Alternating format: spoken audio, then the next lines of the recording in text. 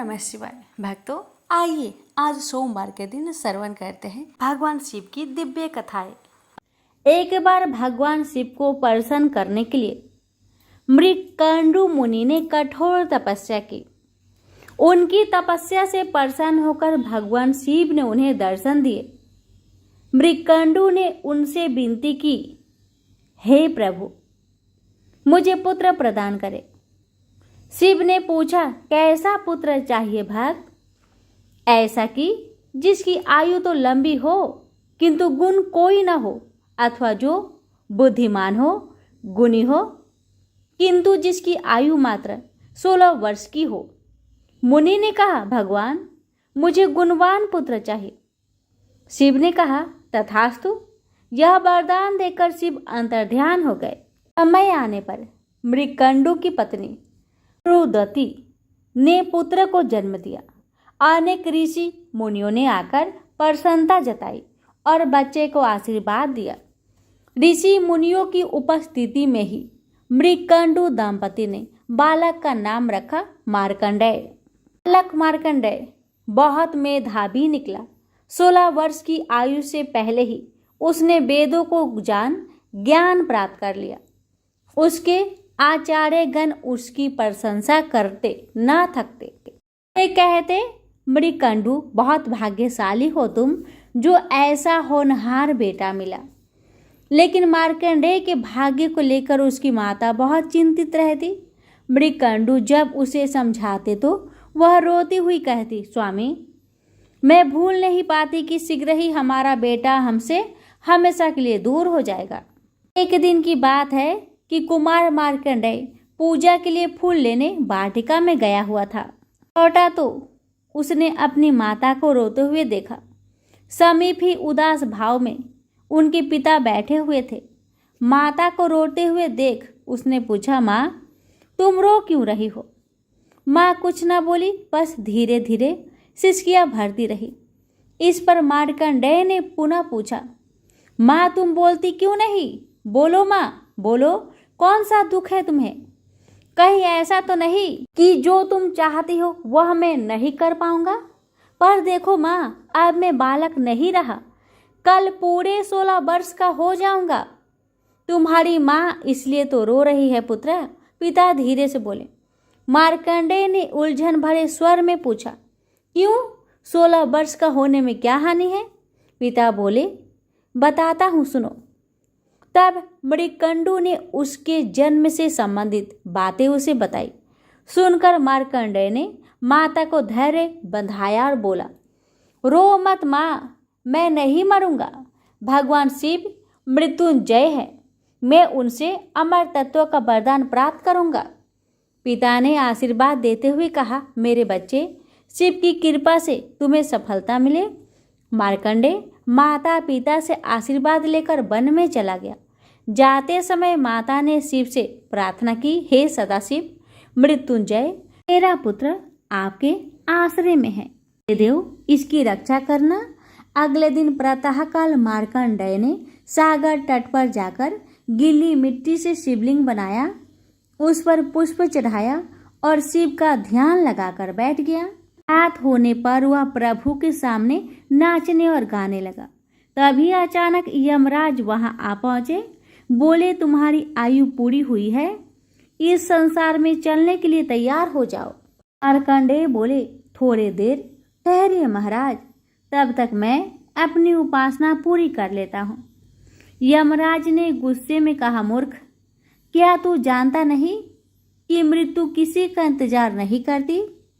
मार्कंडेय ने कहा, कृपा कर मेरी उपासना में बाधा मत डालिए। मेरी उपासना पूरी होते ही आप मुझे अपने लोक ले चलना। यमराज और भी क्रोधित होकर बोले, मूर्ख, क्या तू समझता है कि शिव की शरण लेकर तू मुझसे बच पाएगा? मुझे अभी मालूम हो जाएगा कि काल के पास से कोई नहीं बच सकता। यह कहकर जैसे ही यमराज पास फेंकने को उद्धत हुए, तभी एक चमत्कार हुआ। एकाएक वहां शिव जी प्रकट हो गए। मृत्यु के स्वामी को देखकर यमराज ठिठक गए। मार्कंडेय शिव के चरणों में गिर गया। शिव ने उसके मन की इच्छा तार ली और अमर तत्व प्रदान कर दिया। आगे चलकर मार्कंडेय को प्रलय काल में स्वयं हरि ने दर्शन दिए और अपना मुख खोलकर उन्हें समूचे ब्रह्मांड के दर्शन कराए। कहा जाता है कि वे आज भी विद्यमान हैं और तीर्थों में आते जाते रहते हैं, नए नए रूपों में। प्रेम से बोलिए हर हर महादेव। पौराणिक मान्यता के अनुसार राजा बलि पूर्व जन्म में जुआरी था। एक दिन उसे जुए में कहीं से कुछ पैसे मिले। उन पैसों से उसने अपनी प्रियतमा वैश्या के लिए कुछ सुंदर माला, इत्र व चंदन खरीदा और कामातुर होकर उसने मिलने के लिए जल्दी जल्दी चला जा रहा था। तभी एक पत्थर से ठोकर खाकर वह मूर्छित हो गया। कुछ देर में जब होश आया तो उसने अनुभव किया कि मेरी मृत्यु अब निकट है। पूर्व जन्म के किसी पुण्य से उसके मन में सतबुद्धि उत्पन्न हुई और वैराग्य जगा। जुआरी ने कभी किसी महात्मा से सुना था कि कोई भी वस्तु शिव अर्पण कर देने से बहुत पुण्य होता है। उसने सोचा, माला, इत्र, चंदन तो प्रियतमा तक पहुंच नहीं सकता, शिव अर्पण कर देने से कुछ अच्छा होगा तो हो जाएगा, अन्यथा मर तो रहा ही हूं और माला, इत्र, चंदन भी जमीन पर गिरकर बेकार जा रहे हैं।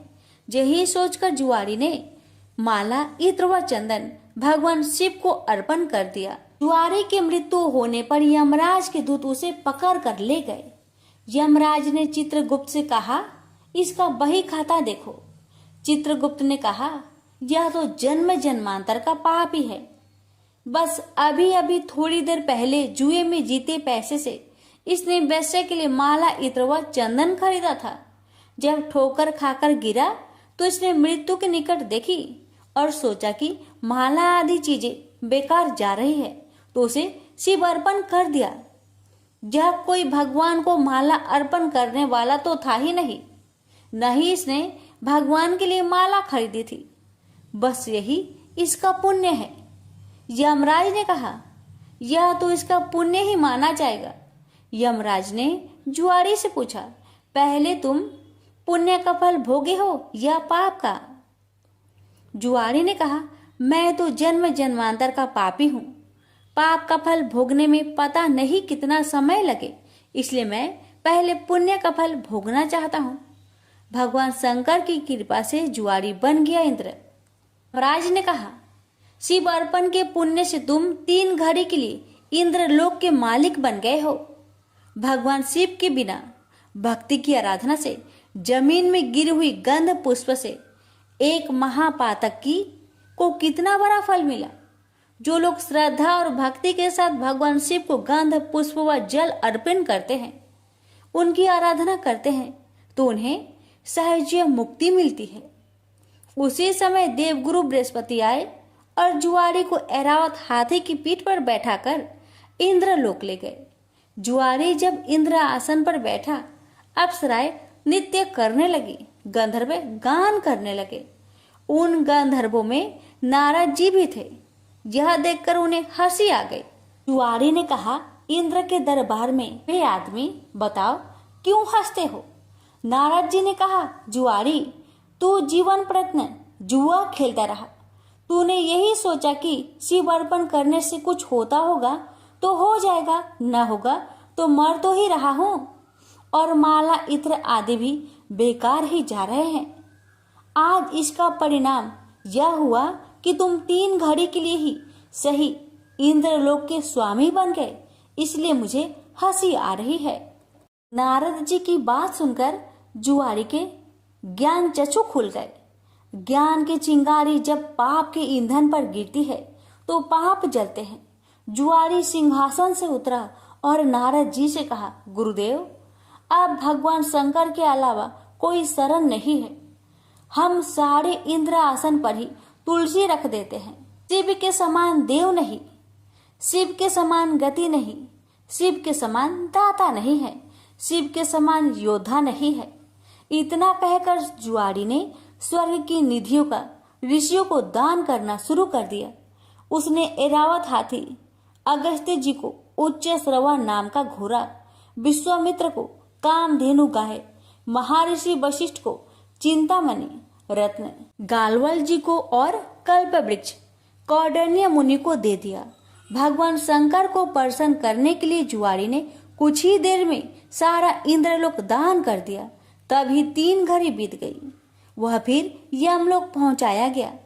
जब इंद्र वापस आए तो अमरावती ऐश्वर्य शून्य थी। इंद्र स्वर्ग के सारे ऐश्वर्य, ऐरावत हाथी, कामधेनु, परिजात पुष्प आदि को ना देखकर क्रोधित हो गए और पूछने लगे, ये सब कहाँ चले गए? तब देवगुरु बृहस्पति बोले, सब कुछ जुआरी ने दान दे डाला। बड़ी भारी सत्ता मिलने पर जो परमाद में न पड़कर सत्कर्म में लगे रहते हैं वे ही धन्य हैं।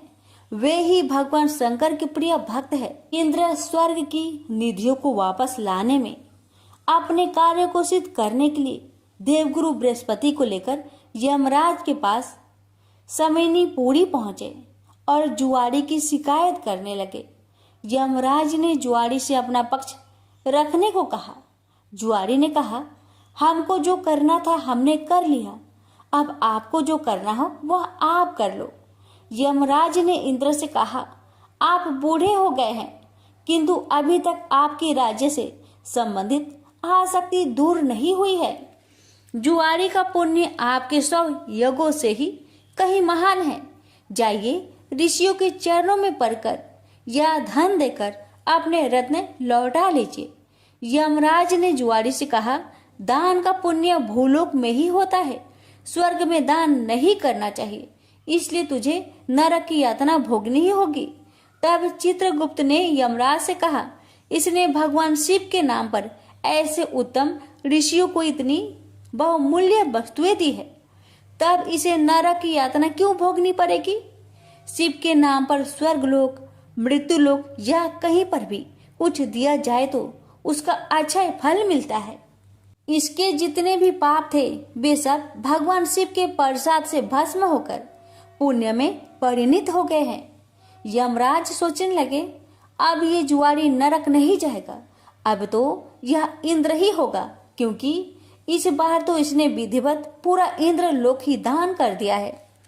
उसी पुण्य के प्रभाव से वही जुआरी अगले जन्म में महान भक्त प्रहलाद का पुत्र राजा बलि हुआ। यहाँ पर भी वह पूर्व जन्म के शिव पूजन के पुण्य से इतना त्यागी हुआ कि गुरु शुक्राचार्य के मना करने पर भी उसने भगवान वामन को अपना सर्वस्व समर्पित कर दिया। वामन भगवान राजा बाली से बोले, हम तुम्हें क्या दे? बाली ने कहा, भगवान हमारी जिधर भी दृष्टि जाए उधर हम आपका ही दर्शन करें। राजा बलि की बैठक के 52 दरवाजे हैं। भगवान ने सोचा न जाने किस दरवाजे पर बाली की दृष्टि चली जाए। यही सोचकर 52 दरवाजे पर शंख चक्र गदा पद्म धारण किए हुए ब्रह्मांड के स्वामी पहरेदार के रूप में विराजमान हो गए। कोई भी याचक राजा बलि के द्वार पर कुछ मांगने जाता है तो उनके द्वार पर विराजमान भगवान विष्णु स्वयं उन्हें मुंह मांगी वस्तुएं देते हैं। इसलिए प्रहलाद जी ने भगवान की स्तुति करते हुए कहा, इंद्र कुबेर आदि देवताओं के द्वारपाल तो आप कभी नहीं बने, परंतु आप हम असुरों के द्वारपाल बन रहे हैं। इससे लगता है कि आप हम असुरों के पक्षपाती हैं। इस प्रसंग से गीता में भगवान का यह कथन सत्य सिद्ध हो जाता है कि पत्र पुष्प फल जल जो कुछ भी भगवान के लिए अर्पित किया जाता है वह अनंत गुना होकर वापस आता है। प्रेम से बोलिए हर हर महादेव। माता पार्वती की जय। विष्णु भगवान की जय। मनसा वाचा प्रेत कथा। एक समय तरह तरह के फूल फल और सुंदर जड़ी बूटियों से शोभ्यमान कैलाश पर्वत पर विराजमान श्री भगवान शंकर जी से श्री पार्वती जी बोली कि हे जगत के स्वामी, आज मन बहलाव के वास्ते आप और मैं चौपर खेलें। शंकर जी ने कहा कि चौपर के खेल में बेईमानी बहुत होती है और हार जीत का पता नहीं पड़ता है, इसलिए कोई तीसरा आदमी होना चाहिए जो ईमानदारी से फैसला कर सके। महादेव जी के इतना कहते ही पार्वती जी ने अपनी माया से वहां एक बालक बनाकर बैठा दिया तथा महादेव जी ने अपने मंत्र के बल से उसमें जान डाल दी। महादेव जी ने उस बालक का नाम अंगद रखा तथा बालक को आदेश दिया कि तुम हम दोनों की हार जीत को बताते रहना। ऐसा कहकर महादेव जी ने चौसर का पासा चलाया और अंगद से पूछा कि बताओ कौन जीता और कौन हारा। तब अंगद ने उत्तर दिया कि महादेव जी आप जीते और पार्वती जी हारी। इसके बाद महादेव जी ने फिर पासा फेंका और अंगद से पूछा इस बार कौन जीता और कौन हारा। इस बार भी अंगद ने वही जवाब दिया कि महादेव जी जीते और पार्वती जी हारी।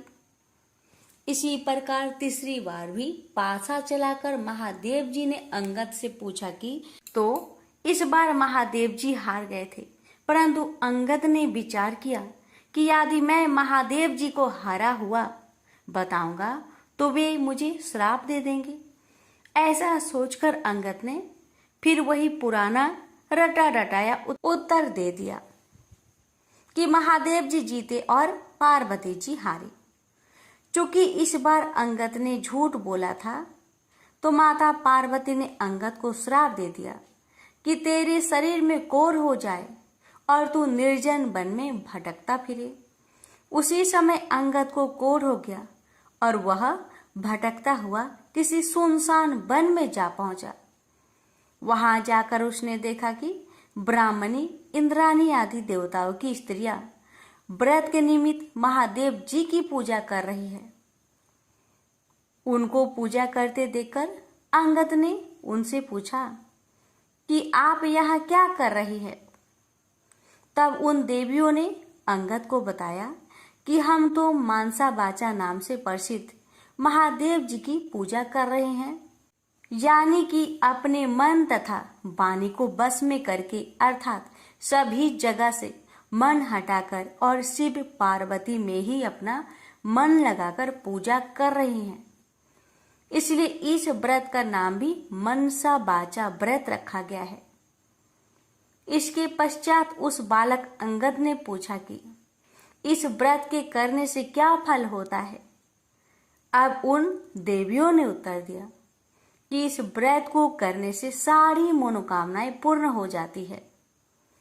तब अंगद ने कहा कि मैं भी इस व्रत को करना चाहता हूं, यदि आप इसकी विधि मुझे बता सके तो आपकी बड़ी कृपा होगी। तब उन देवियों ने अंगद को चावल तथा सुपारी देकर व्रत करने की पूरी विधि विधान बताया कि इस व्रत को श्रावण मास के पहले सोमवार से करना चाहिए। उस दिन कंवारी कन्या से 2.5 पूनी सूत कटवाकर उसका डोरा बनाए। उस डोरे की तथा महादेव जी की पूजा जब तक कार्तिक सुदी चौथ नहीं आए तब तक प्रति सोमवार को करते रहना चाहिए। साथ ही व्रत भी रखना चाहिए। जब कार्तिक सुदी चौथ आए तो उस दिन उद्यापन करना चाहिए। उद्यापन में 1.25 सेर घी, 1.25 सेर गुड़ तथा 4.25 सेर आटा लेकर चूरमा बनाए। इस चूरमे के लड्डू बनाकर उसके 4 समान भाग कर ले। इनमें से एक भाग महादेव जी के चढ़ाए, एक भाग किसी ब्राह्मण या नाथ को दे, एक भाग गाय को दे तथा बाकी बचे भाग स्वयं को भोजन करे। इस व्रत का उद्यापन कोई भी करे, वह चाहे राजा हो या रंक, सबको इतना ही सामान लेना चाहिए। यदि व्रत करने वाला मनुष्य या स्त्री चौथे भाग को पूरा ना खा सके तो पहले से ही उसमें से निकालकर किसी को दे दे। जिस प्रकार की अनंत भगवान का डोरा पहना जाता है, उसी प्रकार जो डोरा बनाया था उसे स्वयं धारण कर ले और उद्यापन के पश्चात उस डोरे को जल में पधरा दे। इस प्रकार अंगद भी प्रति वर्ष मनसा महादेव का व्रत करने लगा। उसके व्रत करते हुए 4 वर्ष हो गए। तब व्रत के प्रभाव से पार्वती जी के हृदय में दया उत्पन्न हुई और उन्होंने महादेव जी से पूछा कि महाराज, जिस बालक को मैंने श्राप दिया था उसका कुछ पता नहीं है कि उसको किसी ने मार तो नहीं दिया। तब तीनों लोगों की सभी बातें प्रत्यक्ष रूप से जानने वाले श्री महादेव जी ने पार्वती जी से कहा कि वह तो जीवित है।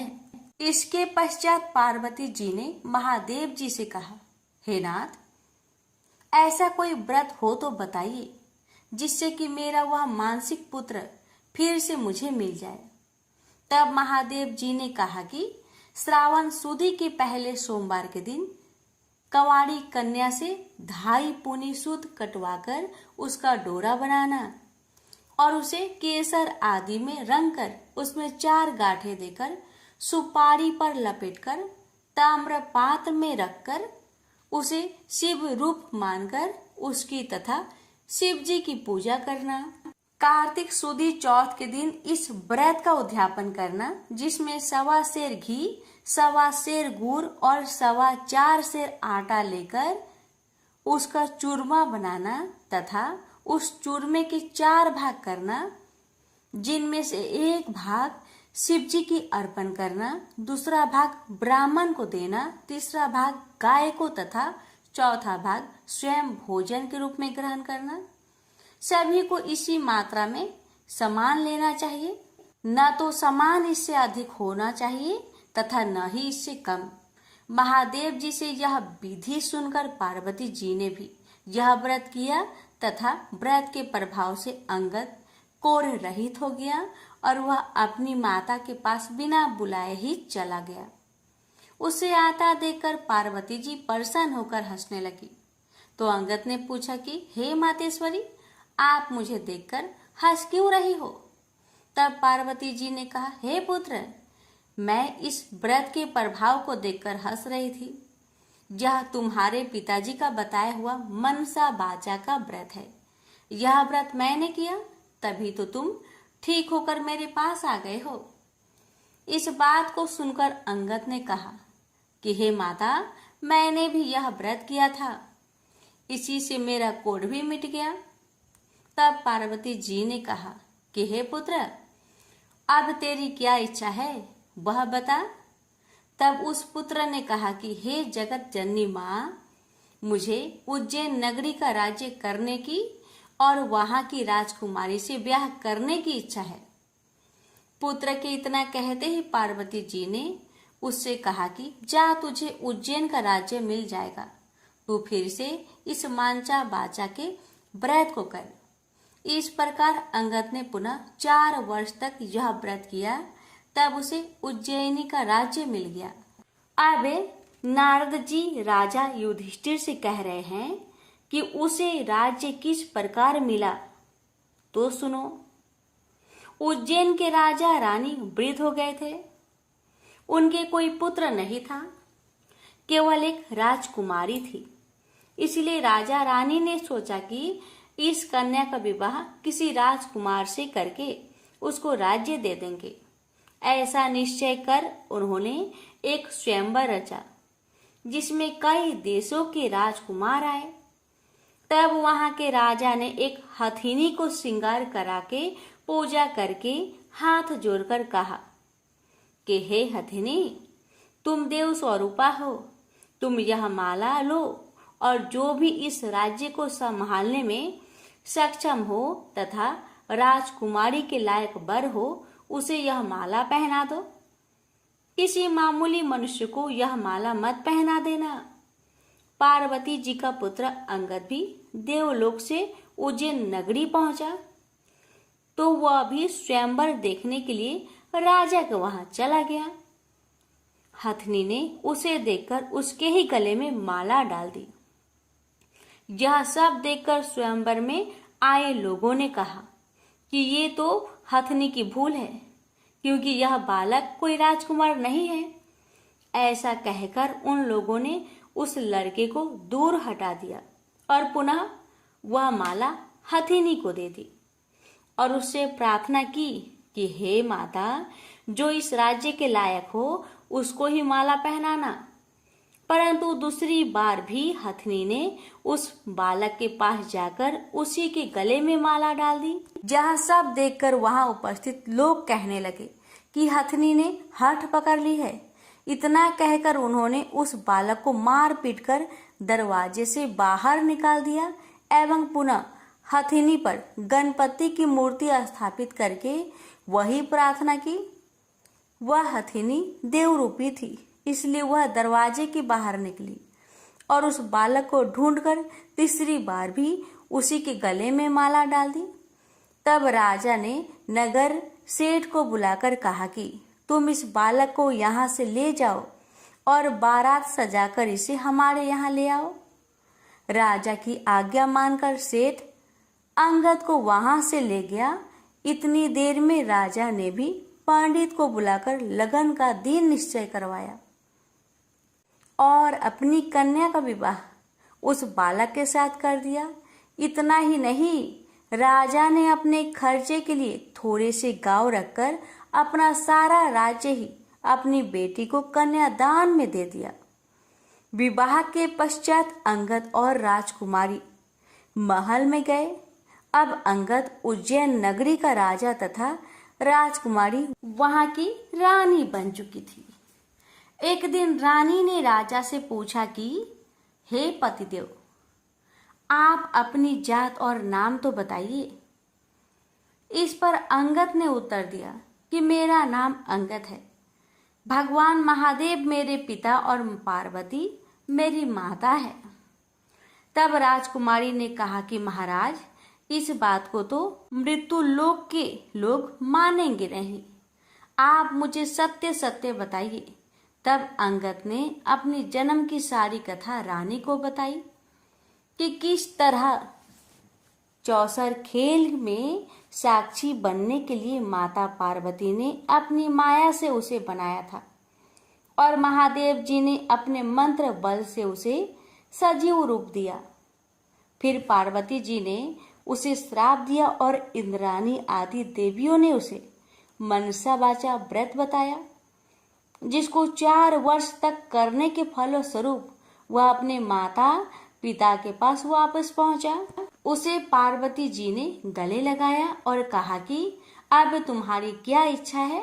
तब उसने अपनी माता से कहा कि उसे उज्जैनी के राजा बनने की इच्छा है। तब पार्वती जी के कहने पर उसने फिर से 4 वर्ष तक मनसा वाचा नाम से प्रसिद्ध अपने पिता शिव जी का व्रत किया तथा इसी व्रत के प्रभाव से आज उसे उज्जैन के राज्य और उसके जैसी रानी मिली। इतना सुनकर रानी ने कहा कि हे महाराज, मैं तो पुत्र, धन तथा राज्य का सुख चाहती हूँ। तब अंगद ने अपनी रानी को वही मनसा वाचा का शिव जी का व्रत बता दिया और कहा कि बिना मेरे वह गर्भवास के तेरे पुत्र होगा। ऐसा कहकर अंगद जी पुनः कैलाश चले गए। पति की आज्ञा अनुसार राजकुमारी ने 4 वर्षों तक महादेव जी का यह उत्तम व्रत किया। इससे महादेव जी प्रसन्न हो गए। एक दिन रानी ने अपने दासी से कहा कि जा ऊपर जाकर जल की झाड़ी ले आ, मैं दातुन करूंगी। दासी ऊपर गई तो वहां जाकर क्या देखती है कि सोने की पालकी में एक छोटा सा सुंदर बालक सो रहा है और मुख में अंगूठा चूस रहा है। दासी ने रानी को जाकर जब यह बात बताई तो रानी ने तुरंत जाकर बालक को अपनी गोद में उठा लिया और भगवान शंकर जी से प्रार्थना की कि हे प्रभु, यदि आपने मुझे यह बालक दिया है तो मेरे स्तनों में से दूध की धारा भी निकलनी चाहिए। रानी के इतना कहते ही उसके स्तनों में दूध आ गया। इस प्रकार वह बालक बड़ा होने लगा। रानी ने उस बालक का नाम फूल कंवर रखा। एक दिन फूलकवर ने अपनी माँ से पूछा कि हे माँ, मेरे पिता कौन हैं और उनका क्या नाम है। तब रानी ने अपने पुत्र से कहा कि तेरे पिता तो अंगद जी है और महादेव जी, पार्वती जी तेरे दादा दादी हैं। तब फूलकवर ने अपनी माता से कहा कि इस बात को तो मृत्यु लोक में कोई नहीं मानेगा। इस पर रानी ने फूलकवर को वही सारी कथा सुनाई जो अंगद जी ने रानी को सुनाई थी और यह भी बताया कि किस तरह से उसका विवाह अंगद जी के साथ हुआ था। परंतु चूंकि अंगद जी की मृत्यु लोक में रहने की अवधि कुछ ही दिन की थी, इसलिए वे तो अपने माता पिता के पास कैलाश चले गए। परंतु उनके बताए हुए व्रत को 4 वर्ष तक करने के पश्चात बिना गर्भवास के ही उसके रानी के पुत्र के रूप में जन्म लिया है। इतना कहकर रानी बोली, अब तुम बताओ कि तुम्हारी क्या इच्छा है।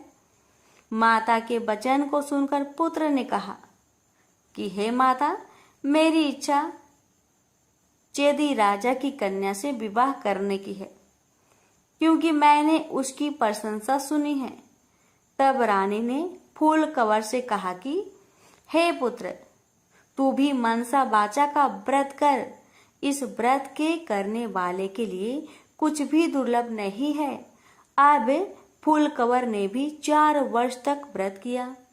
इससे भगवान महादेव प्रसन्न हुए और उन्होंने चेदी राजा को स्वप्न में आदेश दिया कि मेरे कहने से तू अपनी राजकुमारी का विवाह उज्जैन के राजकुमार फूलकवर से कर दे।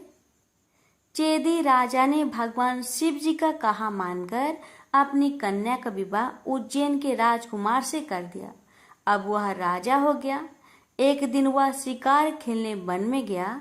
वहां उसके कोई शिकार हाथ नहीं आया और वह भूख प्यास से व्याकुल होकर एक बाग में जाकर आराम करने लगा। इतने में देवयोग से कोई ब्राह्मण वहां आ पहुंचा और उसने राजा को श्रीधरी पंचांग सुनाया कि आज कार्तिक सुदी चौथ है, जो आज मनसा वाचा के व्रत का उद्यापन करने का दिन है। इतना सुनते ही राजा ने ब्राह्मण से कहा कि महाराज, मुझसे तो भूल हो गई, आप हमें अब पूजन करा दे। ब्राह्मण ने पूजा के लिए शहर में रानी को खबर भेजी कि राजा साहब शिकार के लिए यहाँ वन में ठहरे हुए हैं और चूंकि आज कार्तिक सुदी चौथ का उद्यापन करना है, इसलिए 4.25 सेर आटा, 1.25 सेर घी, 1.25 सेर गुड़ का चूरमा बनवाकर मंगवाया है। इस पर रानी ने सोचा कि फौज के कई आदमी भी राजा जी के साथ है, इसलिए इतने से चूरमे से क्या होगा। इसलिए रानी ने गाड़ी भरकर चूरमा भेज दिया, जो कि नियम विरुद्ध था। इतना अधिक प्रसाद होने से महादेव जी क्रोध हो गए और उन्होंने कोप करके राजा को स्वप्न में कहा कि तुम अपनी रानी को निकाल दो, नहीं तो मैं तुम्हारा सारा राज्य नष्ट कर दूंगा। राजा ने परमान के अनुसार दोबारा चूरमा बनवाकर व्रत पूरा किया। महादेव जी के कथन के अनुसार राजा ने रानी को महल से निकलवा दिया। रानी किले से रवाना होकर कुछ दूर चली ही थी कि उन्हें राजा के दीवान मिले। दीवान जी ने रानी से पूछा कि रानी साहिबा, आप कहाँ पधार रही हो। तब रानी ने पूरी बात बता दी। तब दीवान जी ने कहा कि मैं राजा जी को समझाकर राजी कर लूंगा, तब तक आप मेरी हवेली में पधारे। परंतु जैसे ही रानी दीवान जी की हवेली में पहुंची कि दीवान अंधा हो गया। तब दीवान ने हाथ जोड़कर कहा कि रानी जी, आप यहाँ से पधारो। रानी वहां से रवाना होकर आगे बढ़ी तो उन्हें नगर सेठ मिल गया। उसने भी यही कहा कि वह राजा साहेब को 1-2 दिन में मना लेंगे, तब तक आप हमारे घर पर ही विराजे। रानी नगर सेठ के घर गई तो सेठ की हड्डियां चलने से बंद हो गई और कई उपद्रव होने लगे। अब सेठ ने भी हाथ जोड़कर कहा कि रानी जी आप यहाँ से पधारे। रानी वहां से आगे गई तो उसे राजा जी का कुम्हार मिला। कुम्हार को रानी पर दया आ गई। वह रानी को अपने घर ले गया, पर जैसे ही कुम्हार के घर पर रानी पहुंची ही कि उसका नियाव फूट गया, जिससे सारे बर्तन फूट गए और कुम्हार भी अंधा हो गया। तब कुम्हार ने भी रानी से उसके घर से निकल जाने की प्रार्थना की। आगे जाने पर एक माली मिला और माली ने रानी से पूछा कि आप कहाँ पधार रही हो। तो रानी ने कहा कि राजा साहेब ने मुझे देश निकाला दिया है। इस पर माली को रानी पर दया आ गई और वह रानी को अपने बाग में ले गया और उसने रानी से कहा कि जब तक राजा जी का क्रोध मिटे तब तक आप यहाँ बाग में ही रहो। परंतु रानी के बाग में जाते ही बाग के सारे पेड़ पौधे सूखकर जलने लगे। कुंवारियों का पानी भी सूखने लगा। इतना ही नहीं, माली को भी कम दिखने लगा। तब माली ने भी रानी से वहां से चले जाने की विनती की।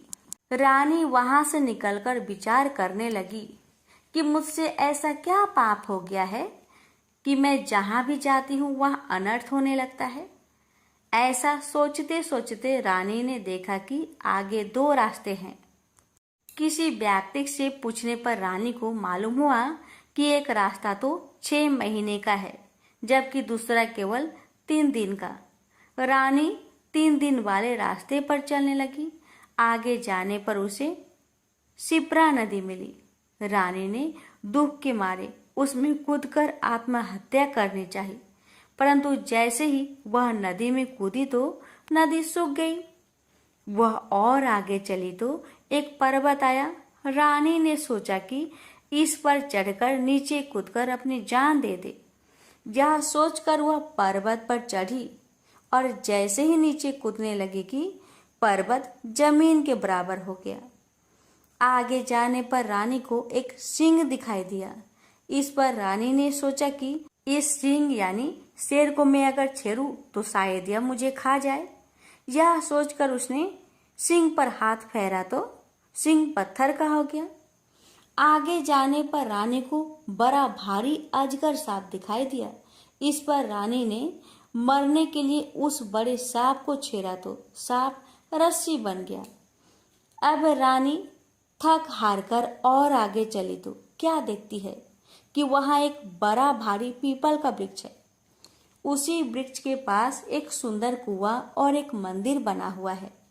वह मंदिर में जाकर मुंह ढककर बैठ गई और ओम नमः शिवाय मंत्र का जाप करने लगी।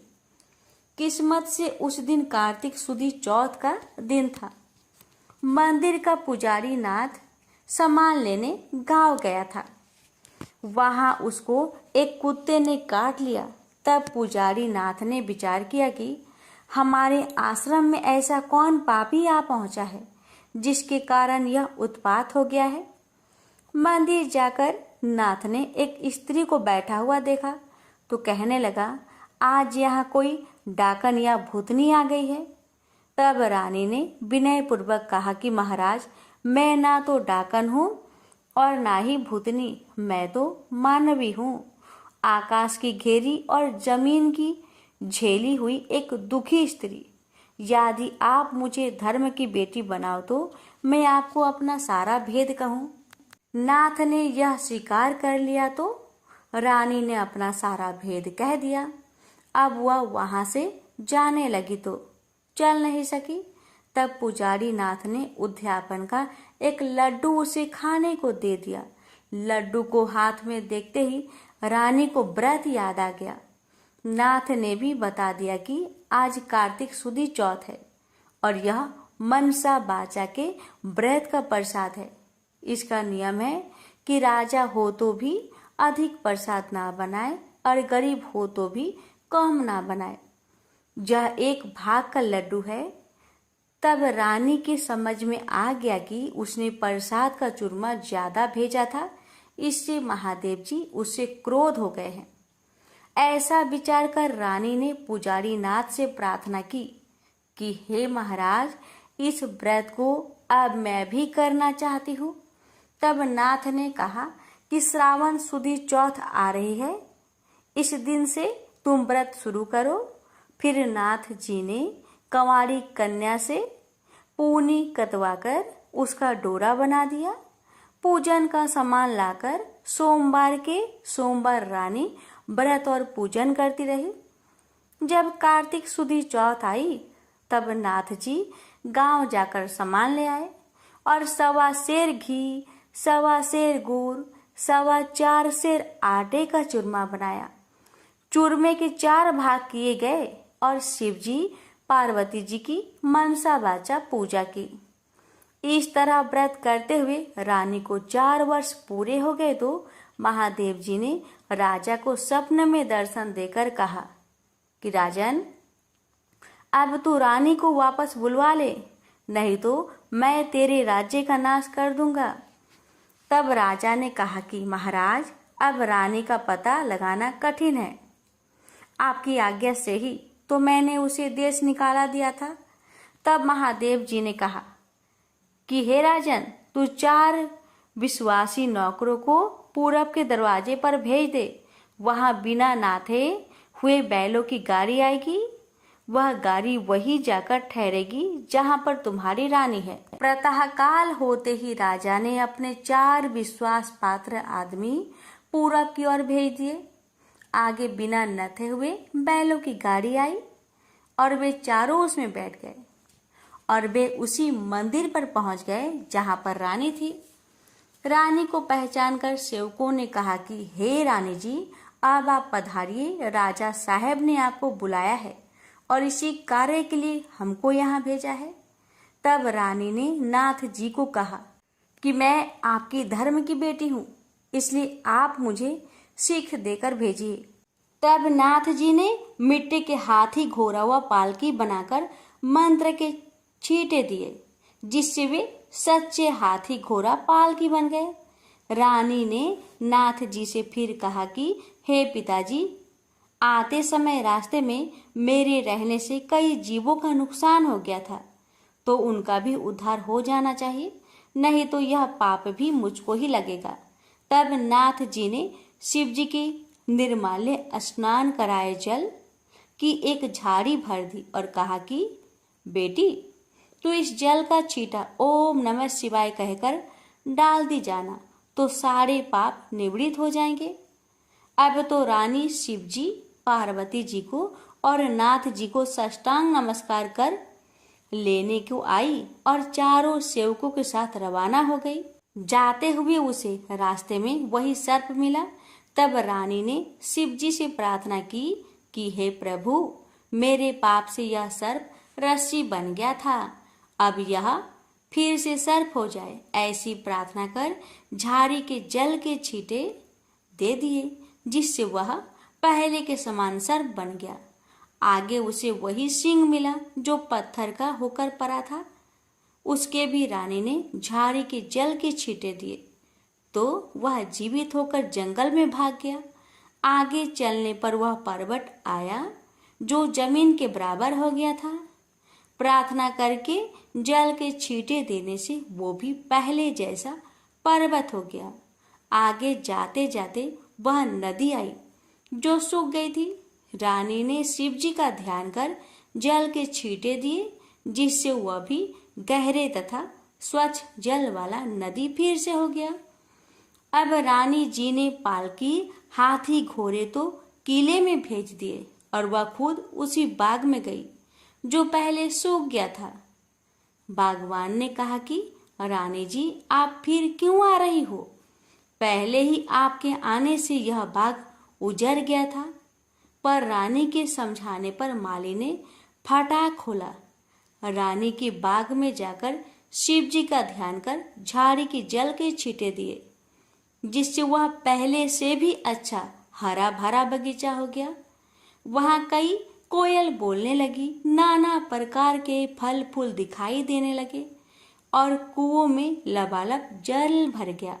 फिर रानी जी उसी कुम्हार के घर गई तो कुम्हार की आंखें खुल गई और जल के छींटे देने से न्यायों के बर्तन सोने चांदी के बन गए। कुम्हार ने कहा कि रानी जी, ये सोने के बर्तन हमारे पास कौन रहने देगा। तब रानी जी ने कहा कि इसमें से 4 बर्तन राजा को भेंट कर देना। इसी प्रकार रानी नगर सेठ के घर गई तो उसकी हड्डियां सिरकने लगी और उसे व्यापार में लाभ होने लगा। तब नगर सेठ ने कहा कि अने दाता जी, आपके पधारने से हमारी यह रिद्धि सिद्धि हुई है। इस खुशी में मैं सारी नगरी को जिमाना चाहता हूँ। सारी नगरी में ढिंढोरा पिटवा दिया गया कि कल किसी के घर में धुआं ना निकले। यदि किसी ने चूल्हा जलाया तो वह दंड का भागीदार होगा। आगे जैसे ही रानी दीवान जी के यहाँ पहुंची तो दीवान जी की आंखें खुल गई। सब आनंद हो गया।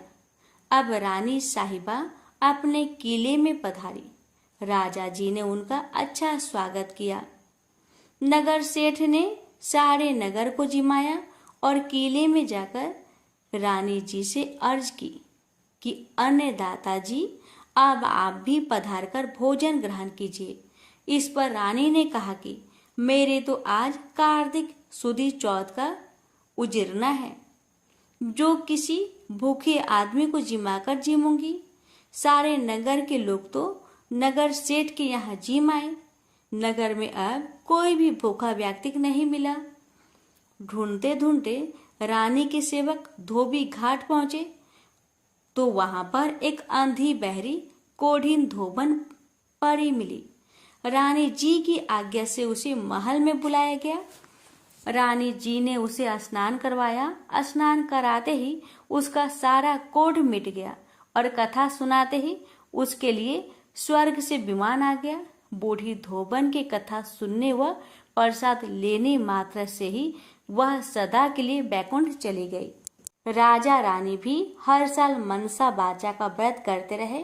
वे संसार के सब प्रकार के सुखों को भोगते रहे और पुत्र को राजगद्दी देकर अंतकाल में शिवलोक में गए। इस प्रकार मनसा बाचा भगवान शिव जी पार्वती जी के व्रत करने की भारी महिमा है।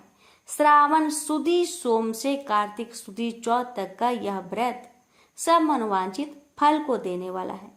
इस मनसा बाचा के व्रत को करने वाले मनुष्य की सभी कामनाएं शिव जी महाराज पूर्ण कर देते हैं।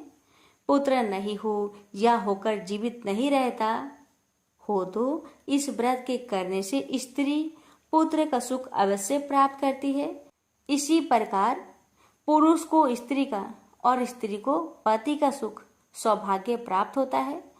जिसकी कमाई धंधा ना हो तो इस व्रत के करने से शिव शंकर भगवान उसे जीविका प्रदान करते हैं। प्रेम से बोलिए जय भोले शंकर, जय पार्वती माता।